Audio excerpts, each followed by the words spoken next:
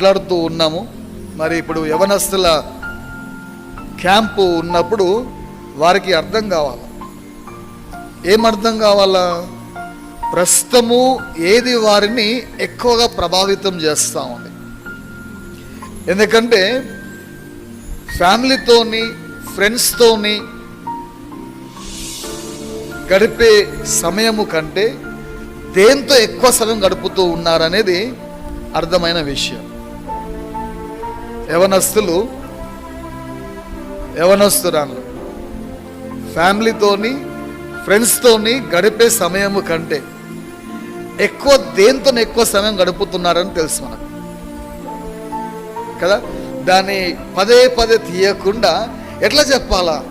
నేను అన్నతో అన్న మరి తెలుసు మనకు కదా, మనకు సూటిగా చెప్పాలంటే ఇది. సో ఇది తెరిచినప్పుడు దీంట్లో